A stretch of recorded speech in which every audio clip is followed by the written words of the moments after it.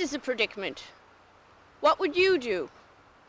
Would you swerve, perhaps risk life and limb, or continue on, oblivious?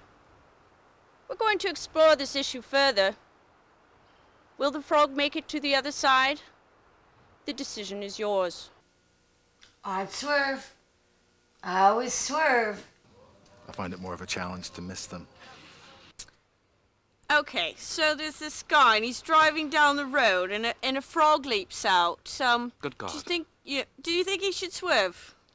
Without a doubt. I always do it. But I love frog. Have you ever tried some? Have you tried frog legs, for example? The noise, the popping noise.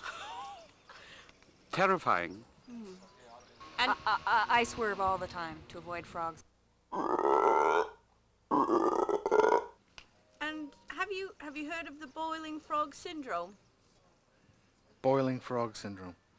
No.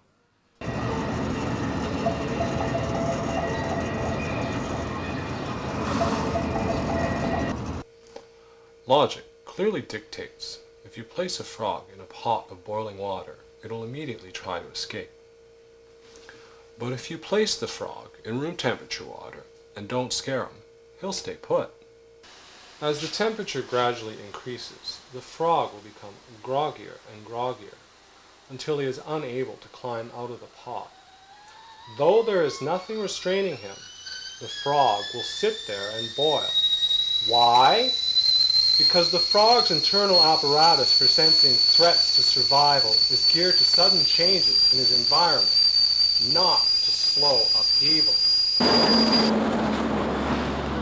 Well, it's an ever-diminishing spiraling circle into hell, isn't it?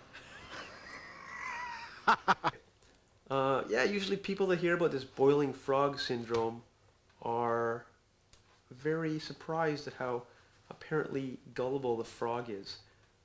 This is particularly ironic if one stops to think about how we see our own environment, which is changing so fast. Of course, you have to have a good red wine with it.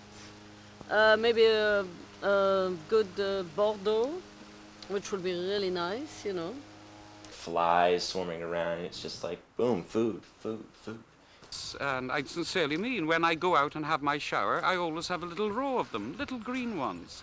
And they join me and they like being sprayed from the water flicking off me. And of course, I do enjoy their chorus at night.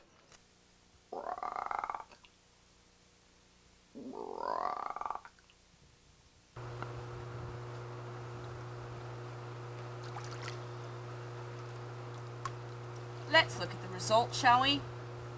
To determine the fate of our amphibian friend. Action.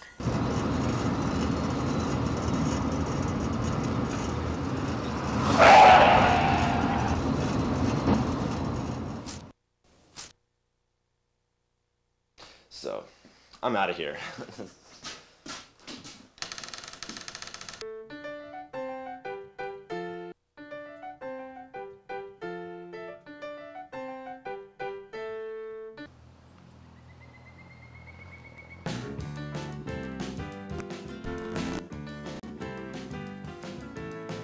What are you looking at?